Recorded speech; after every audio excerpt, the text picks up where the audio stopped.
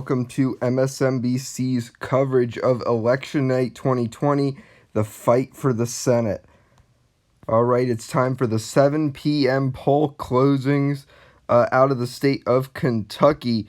Right now, we are unable to project a winner here. Of course, Mitch McConnell, the incumbent Senate Majority Leader, is hoping to stay on for another 6 years. He's hoping to remain the Republican leader in the United States Senate. Right now, we are unable to call with 10% in. Democrat Matt Jones, the businessman, is trying to defeat him. And in Virginia, another race which we are unable to call. Right now, Scott Taylor, the former Republican congressman, hoping to unseat incumbent Mark Warner. And in Georgia, where David Perdue is hoping to win a second term, we are unable to project a winner. But we are able to project a winner out of South Carolina, where we can say that Lindsey Graham is projected to win for another 6 years. And if you look at the map, you can see right now there are 35 confirmed Democrats and 32 confirmed Republicans. You need 51 for a clear majority. It's time for the 7:30 p.m. poll closings. In North Carolina, we are unable to project a winner. Of course, Thom Tillis hoping to go back for another 6 years. This is considered one of the most competitive races this year. But in West Virginia, we are able to project that Shelley Moore Capito will be going back to the U.S. Senate from West Virginia. And you can see on your screen 35 confirmed Democrats and 33 confirmed Republicans. And it's time for the 8 p.m. poll closings. In Kentucky, we are able to project that Mitch McConnell is the projected winner, and we're also ready to project that Mark Warner has won re-election in Virginia. That's a win for the Dems. But in Texas, currently, we are unable to project a winner. John Cornyn hoping to go back. Joaquin Castro, the congressman who is Julian Castro's twin brother, is hoping to defeat him. And in Kansas, this is an open race. Democrats would like to make a pickup here. Wink Hartman, the businessman, remember he won the primary in an upset. He's a political outsider. He is running against Barry Grisham, the former U.S. attorney.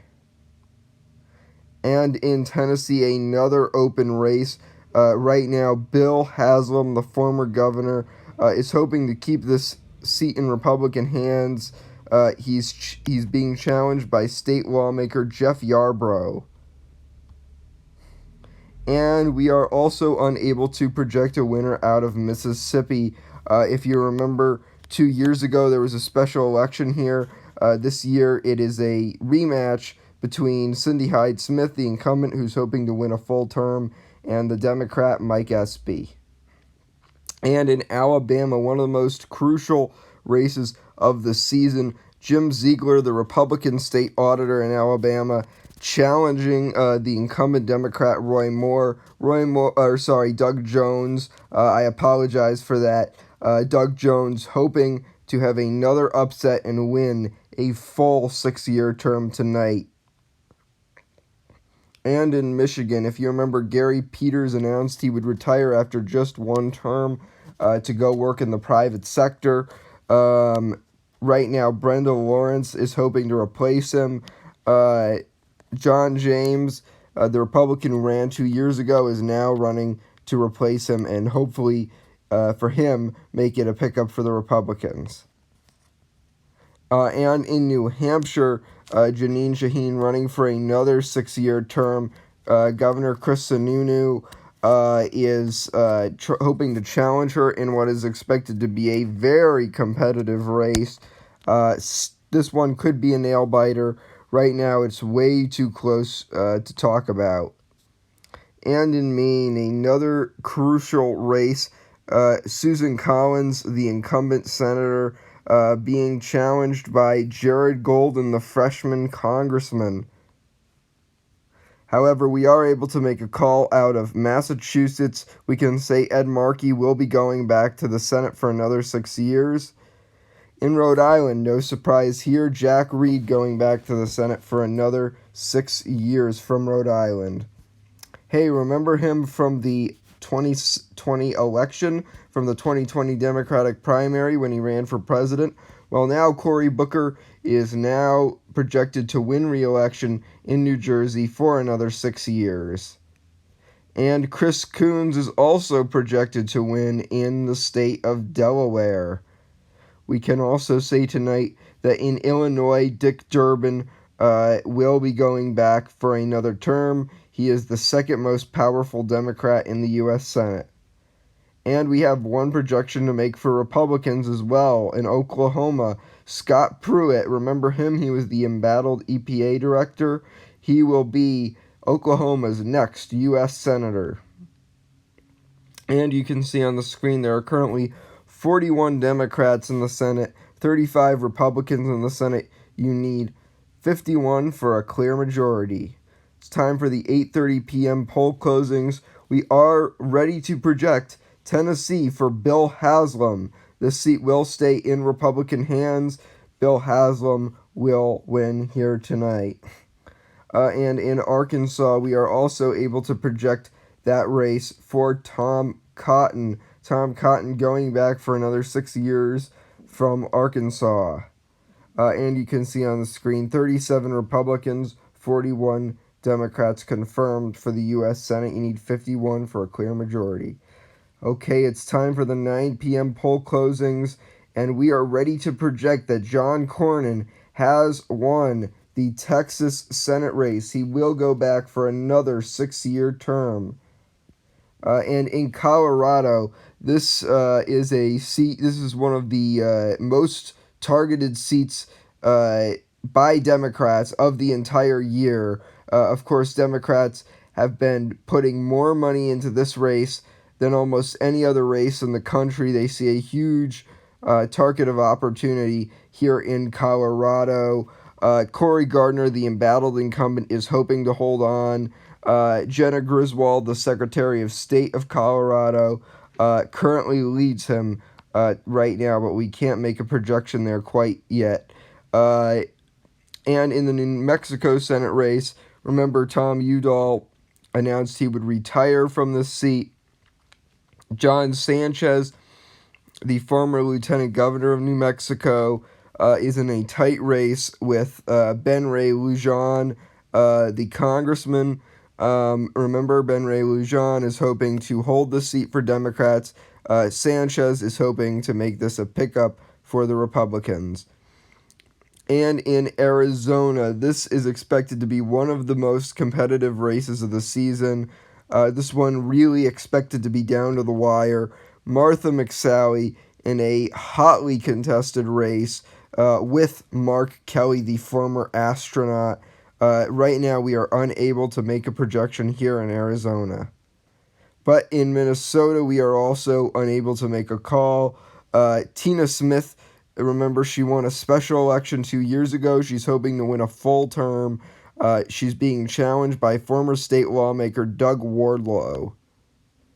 However, we are able to make a projection in Louisiana. We can say that Bill Cassidy will be going back to the U.S. Senate for another 6 years.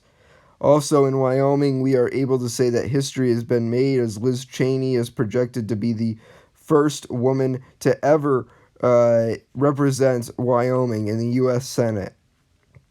In South Dakota, we are also able to say Mike Rounds will go back for another 6-year term from South Dakota. And Jeff Fortenberry will be the newest senator from Nebraska.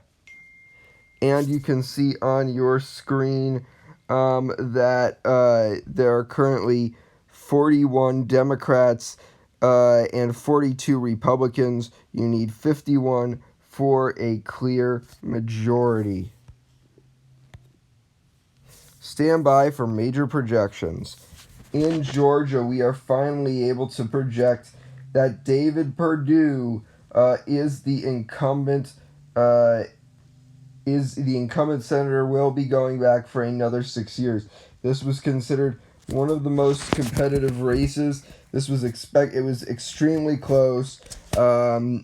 Democrats threw a lot of money into this race. They thought their candidate could win, but ultimately David Perdue stuck it out, and he will be the next senator from, or he will be, he will continue to be. I'm sorry about that. He will continue to be the senator from the state of Georgia. In Minnesota, we are also able to make a major projection for Democrats. Tina Smith, the incumbent, is the projected winner. She will be going back for another 6-year term. Well, actually, this is her first full 6-year term. She won a special election 2 years ago, and now we can say that she has won a full 6-year term. And you can look at the map right now.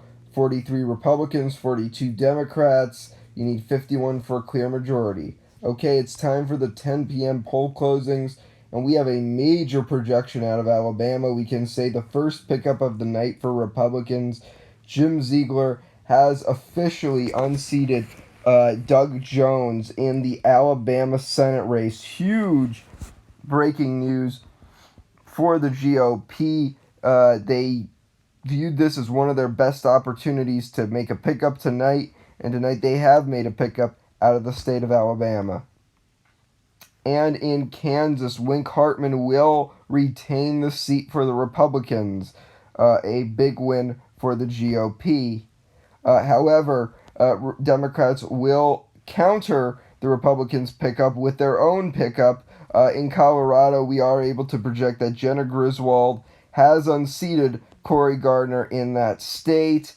And in New Mexico, we can also say that Ben Ray Lujan has held this seat for Democrats. This is a seat that will stay in Democratic hands. Ben Ray Lujan has kept this seat blue tonight. And in Montana, we are unable to make a projection here. Steve Daines running against Wilmot Collins. Right now we can see that Steve Daines does have a big lead over Wilmot Collins. However, we are unable to make a projection right now out of Montana. Out of Iowa, another state where we are unable to make a projection, Joni Ernst, the incumbent, being challenged by state lawmaker Liz Mathis. In Idaho, Jim Reich had no challenge, so we are able to project that he's automatically the winner since he had no challenge, since he was completely uncontested. He is automatically the winner in this race. And you can see on your screen, Republicans currently have 46 seats. Democrats currently have 44. You need 51 for a clear majority. Stand by for major projections. In North Carolina, this is a big one. Thom Tillis will be going back. Again, remember, Republicans at the start of the year were really worried about this seat. They thought Democrats, if they got a really good candidate, could take down what they thought was an embattled incumbent. However, Thom Tillis has managed to stick it out. He will be going back for another 6-year term. And in Montana, we are also able to say that Steve Daines has held on. Another big win for the Republican Party. And in Mississippi, this is another race that Republicans really wanted to hold on to. We can say Cindy Hyde-Smith is the incumbent here.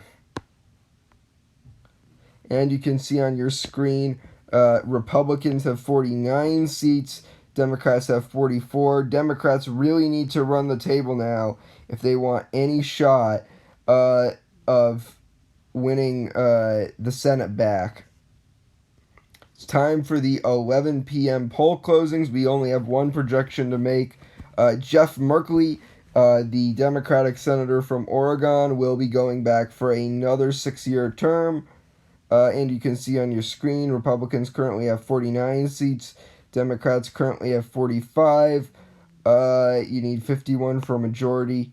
Stand by for major projections. All right, we are able to project right now, as of this moment, that Republicans will retain control of the U.S. Senate. In Iowa, we are able to make a major projection that Joni Ernst will go back for another 6-year term. And we are also able to project that John James will pick up a seat in the state of Michigan. This is a gain for the Republican Party. This is huge news. But on the flip side, we can also say that Jeanine Shaheen has managed to survive in New Hampshire. This was a really tough race for her, but she will go back for another 6-year term. Big news for Democrats. And you can see on your screen, Republicans now have a 51 seat majority. Big news for them. Democrats currently have 46. It's time for the 1 a.m. poll closings. We can say that Dan Sullivan is expected to be reelected in the state of Alaska. This is another win tonight for the GOP, which means they will expand their majority to 52 seats rather than 51 seats. And now it's 1 week after the election, and we are able to say that Martha McSally is the projected winner in Arizona. On the flip side, we are also able to say that in Maine, the longtime Senator Susan Collins has lost. Yes, that's right. Jared Golden, the freshman congressman, has officially taken down Susan Collins. This is huge news for Democrats. They had been targeting the seat ever since Susan Collins controversially voted to confirm Brett Kavanaugh, and we can say tonight that this seat will go to the Dems. And you can see on your screen right now, there are 53 seats for Republicans and 47 seats for Democrats, which means that Republicans will neither lose or gain any seats. Their majority will stay exactly the same come January that it is now, and they will continue to have a 53-47 majority for the next 2 years. Thanks for watching. Make sure to like, comment, and subscribe.